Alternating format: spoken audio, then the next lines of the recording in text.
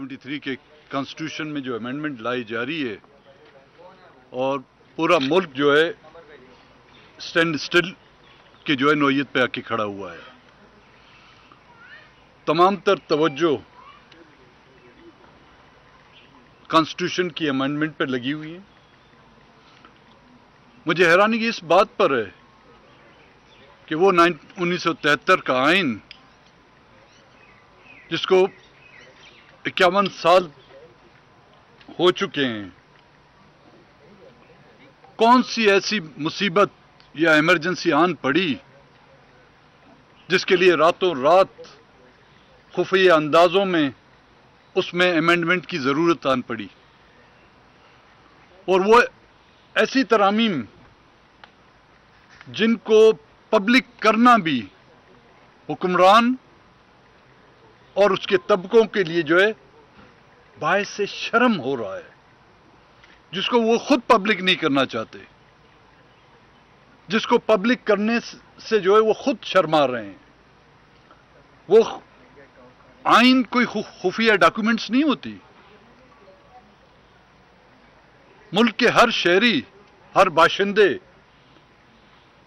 چاہے وہ پڑھا لکھا ہے، چاہے اس کا کسی طبقے سے تعلق ہے، اس کو یہ حق حاصل ہے کہ جس ملک کے آئین میں ترامیم کی جا رہی ہیں اس کے بارے میں اس کو علم ہو، ان پولیٹیکل پارٹیوں کو اس کے بارے میں علم ہو، ان پولیٹیکل پارٹی کے ان ورکروں کو اس کا علم ہو. لیکن یہ عجیب سی بات ہے کہ آئینی ترامیم کو ایک سیکریٹ ڈاکیومنٹس سمجھ کر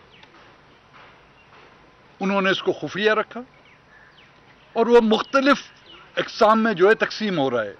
کبھی کسی ایک کی طرف سے ڈرافٹ آ رہا ہے، کبھی دوسرے کی طرف سے ڈرافٹ آ رہا ہے.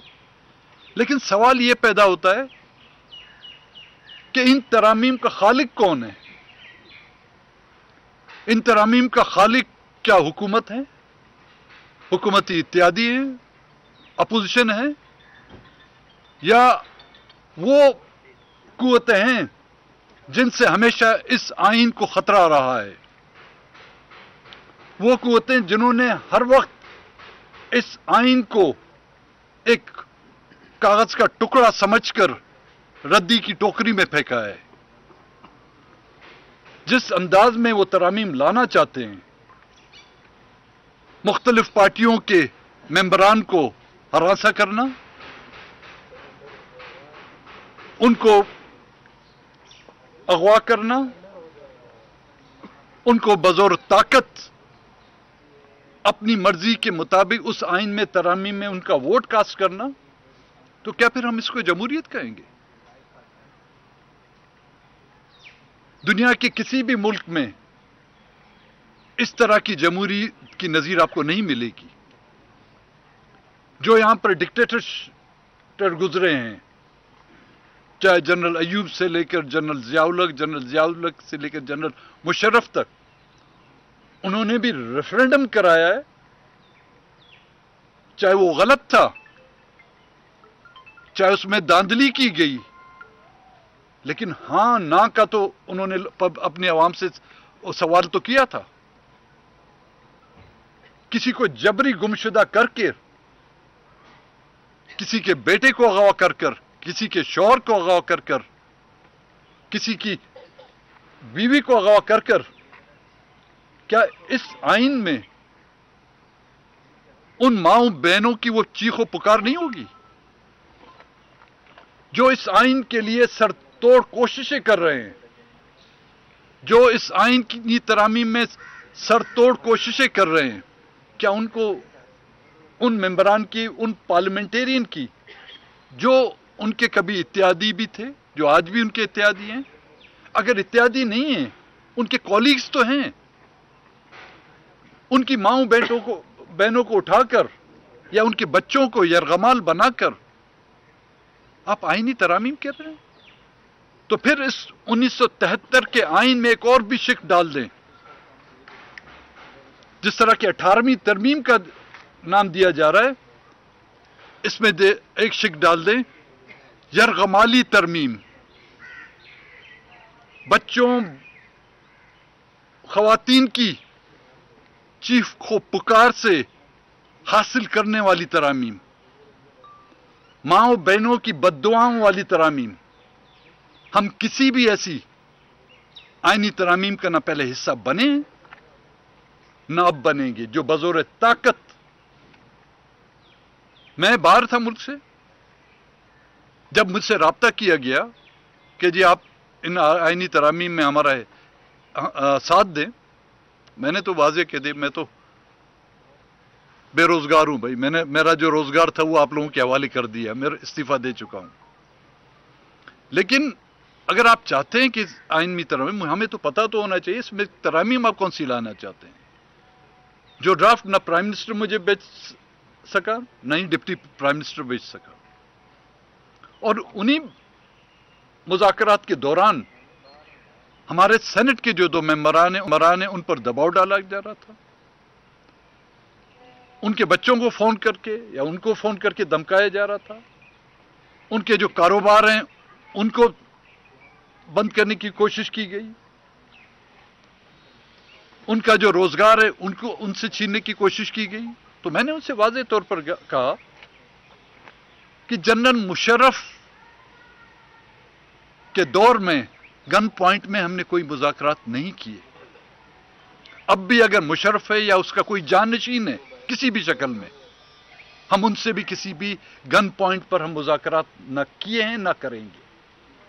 آج بھی میں واضح کرنا چاہتا ہوں، آج بھی ہمارے دونوں سینیٹرز قاسم رونجو صاحب بمائے اس کے بیٹے، وہ پچھلے 4-5 دنوں سے غائب ہیں.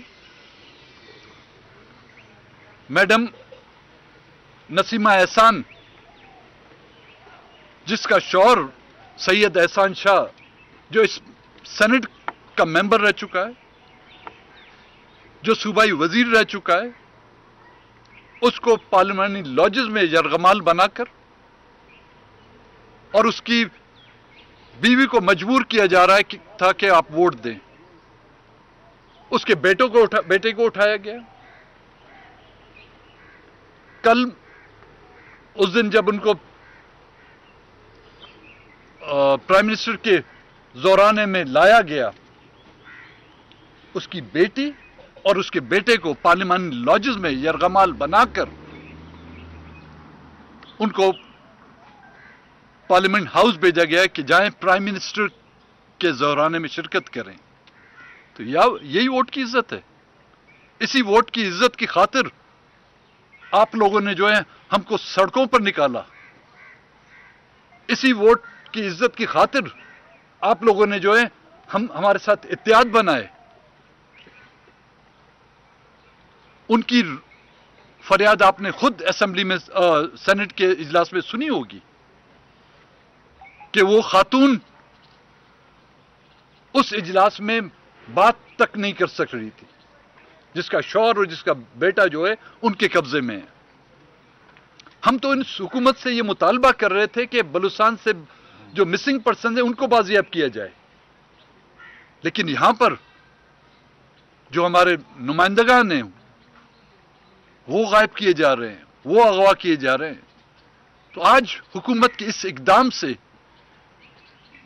پچھلے مہینے جو میں نے سپتمبر کی 3 تاریخ کو جو میں نے یہاں پر استعفیٰ دیا تھا، اس بات کو انہوں نے خود انڈورس کیا ہے کہ اس ملک کے پارلیمنٹ میں بیٹھے ہوئے چاہے وہ کوئی بھی ہو، چاہے وہ سینٹ کا ممبر ہو، چاہے صوبائی اسمبلی کا ممبر ہو، چاہے قومی اسمبلی کا ممبر ہو، اس کی کوئی حیثیت نہیں. اور میرے خیال میں اب سب کے لیے یہ وقت آ گیا ہے کہ وہی راستہ اختیار کریں جو میں نے 3 سپٹمبر 2024 کو اختیار کیا تھا. اب بھی میں نے مولانا صاحب سے بھی عرض کیا، بلاول صاحب بھی یہاں پر آئے تھے کہ ہم کسی بھی مذاکرات کا حصہ نہیں بنیں گے کہ ہمیں کون سی آئینی ترامیم چاہیے، اس میں ہمیں اگر اس آئینی ترامیم میں اگر ہمیں جنت کا بھی راستہ دکھایا جائے تو ہم اس آئین کا حصہ ترامیم کا حصہ نہیں بنیں گے جب تک کہ ہمارے لوگ، ہمارے ممبران واپس نہیں آتے. پھر بیٹھ کے ہم بات کریں گے ان سے، پھر ہم یہ طے کریں گے کہ آیا اس آئینی ترامیم کا ہم حصہ بنتے ہیں نہیں بنتے، کیونکہ بلوچستان نیشنل پارٹی اس اپوزیشن اتحاد کا حصہ ہے جس میں پی ٹی آئی بھی ہے، جس میں پشتونخوا بھی ہے. ہم ان سے بھی مشورہ کریں گے کہ آیا اس آئینی ترامیم، پہلے تو ہم دیکھیں گے اس آئینی ترامیم ہے کیا ہمارے لیے. وہ اتنا بڑا 73 کا آئین ہمارے لیے کچھ نہ کر سکا. اس میں لائی گئی چاہے 26 ترامیم ہو، چاہے 100 کے قریب ترامیم ہو، وہ ہمارے لیے کون سا فائدہ مند ہو سکتی، اس کو پھر ہم دیکھ کے وہ فیصلہ کریں گے. لیکن اس وقت کسی بھی مذاکرات کا ہم حصہ نہیں بنے.